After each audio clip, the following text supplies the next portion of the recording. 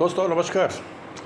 दोस्तों आज मैं बात कर रहा हूँ आपसे इस टेररिज्म के ऊपर, इस आतंकवाद के ऊपर जो वर्ल्ड वाइड फैला हुआ है, चाहे हिंद हो, चाहे पाक हो या और भी कंट्री हो। लगभग हर देश के अंदर कहीं ना कहीं आक्रोश है, एक एक गिला शिकवा है, एक अशांति है उन लोगों के बीच में जिन्होंने हथियार उठा रखे हैं। दोस्तों, एक तो ये है कि इस हिंदू मुसलमान की राजनीति से थोड़ा दूर रहिए। मेरी रिक्वेस्ट है आपसे, एक कीन रिक्वेस्ट है आपसे कि इससे दूर रहिए। आप पढ़े लिखे हैं, समझदार हैं। जो बच्चे आज से 11 साल पहले पैदा हुए तो उनके दिमाग के अंदर उनके माँ बाप के द्वारा या उनके इस समाज के द्वारा जहाँ भी वो रहते हैं, क्या कोई अच्छे विचार आए होंगे हिंदू मुसलमान के बारे में? शायद नहीं। आने वाले 100 साल तक जो है इस गैप को कभी भी हम लोग पूरा नहीं कर पाएंगे, ख़त्म नहीं कर पाएंगे इस गैप को, क्योंकि उनके दिमाग में ये बस चुका है कि ये हिंदू है, ये मुसलमान है और मुसलमान हमारे दुश्मन हैं और मुसलमानों को लगता होगा कि हिंदू हमारे दुश्मन हैं। यानी इस प्रकार से, यानी कि जो भी राजनीतिक लोगों के द्वारा पिछले काफ़ी सालों से जो भी कुछ किया जा रहा है ना, बुलडोज़र चलाए जा रहे हैं या किसी के घर तोड़े जा रहे हैं, कुछ भी हो रहा है, तो क्या ये इंसानियत के नाते बिल्कुल सही है? शायद नहीं। असली मुद्दे जो हमारे थे वो थे शिक्षा, अच्छी बढ़िया शिक्षा, रोज़गार और अच्छे स्वास्थ्य की। जो तीनों चीज़ें जो है वो यहाँ से नदारद है, साफ़ कर दी गई हैं और वहाँ रह गया सिर्फ हिंदू मुसलमान, जय श्री राम, इसके अलावा कुछ नहीं। तो अब जो भी पुलवामा में हुआ, जो भी पहलगाम में हुआ या इससे पहले टेररिस्ट घटनाएं घटी हैं, मैं नहीं कहता कि ये जो अच्छी घटनाएं थी, ये बहुत गलत घटनाएं हैं। बहुत गलत हुआ उन सब परिवारों के साथ जिनके बच्चे शहीद हो गए।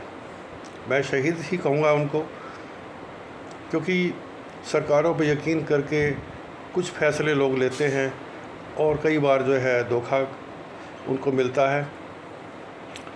और अब बात करते हैं हम इस पाक की, जो है पाकिस्तान की। पाकिस्तान में क्या है, हम किसको फॉलो कर रहे हैं सही मायने में देखा जाए तो? अब पाकिस्तान में क्या है कि वहाँ पर ये नहीं पता लगता कि ये टेररिस्ट है या आर्मी है और एक प्राइम मिनिस्टर है, वो जब उनका टेररिस्ट का प्रमुख मरता है तो वो उनको सल्यूट कर रहे हैं, आर्मी सल्यूट कर रही है। तो छोड़िए, आप उनको जो है उनको फॉलो नहीं करना है। हमने जो विकसित देश है उनको फॉलो करना है कि वो कहाँ है और हम कहाँ हैं, हमने आगे बढ़ना है। और इसलिए जो है इस राजनीति से हमें दूर रहने की ज़रूरत है जो भी चल रही है। और असली मुद्दे जो है विकास के, जो है जो 3 मुद्दे मैंने बताए हैं अभी, वही हैं। और उसके लिए आप सरकारों को परसुएड कर सकते हैं, मजबूर कर सकते हैं कि हमें ये चाहिए, ना कि हम इस तरह की राजनीति के शिकार बन जाएं। अब देखिए, पीछे जितने भी सैनिक शहीद हुए है ना, जम्मू में या और जगह पे, जो इस वार के दौरान जो है जो स्ट्राइक हुई, तो क्या हुआ? कितनों की कोख उजड़ गई, कितने लोग मर गए, कोई हिसाब ही नहीं है। लेकिन अब ये स्ट्राइक ख़त्म हुई है, काफ़ी लोग जश्न मनाएंगे और सरकारें भी बहुत शोर मचाएंगी कि हम जीत गए हैं। कोई चुनाव जीतेगा, कोई अच्छी कुर्सी पे बैठेगा, लेकिन हुआ क्या? रिज़ल्ट क्या है इसका? आम आदमी मर गया। देखिए, पीछे कोरोना आया था तो उसमें भी छोटे छोटे उद्योग ख़त्म हो गए, बहुत भारी नुकसान हुआ। उससे पहले नोटबंदी हुई थी तो उसमें भी आप देखिए क्या कुछ हुआ। तो ये जो चीज़ें हैं, ये जो फैसले लिए जाते हैं सरकारों के द्वारा, जो है वो कोई आपसे पूछ के नहीं लिए जाते, ये अपने आप ही फैसले लेते हैं अपने फ़ायदे के लिए। तो इस बात को समझिए प्लीज़, और थोड़ा इससे बाहर आइए इस राजनीति से। और अब मैं एग्ज़ाम्पल दे रहा हूँ आपको। अब यहाँ बात तो मुस्लिम की हो रही है ना। अब जो टेररिज्म पंजाब के अंदर फैला था, पंजाब में जो टेररिज्म फैला था वहाँ पर आतंकवादी कौन थे? सिख लोग। तो वो आतंकवादी क्यों बने? क्योंकि हालात जो वहाँ के थे, जो वहाँ के हालात थे, जो वहाँ के स्थानीय हालात थे, उन्होंने उनको मजबूर किया हथियार उठाने के लिए। उन पे भी जातियाँ हुई उनकी लोकल पुलिस के द्वारा या किसी और माध्यम से।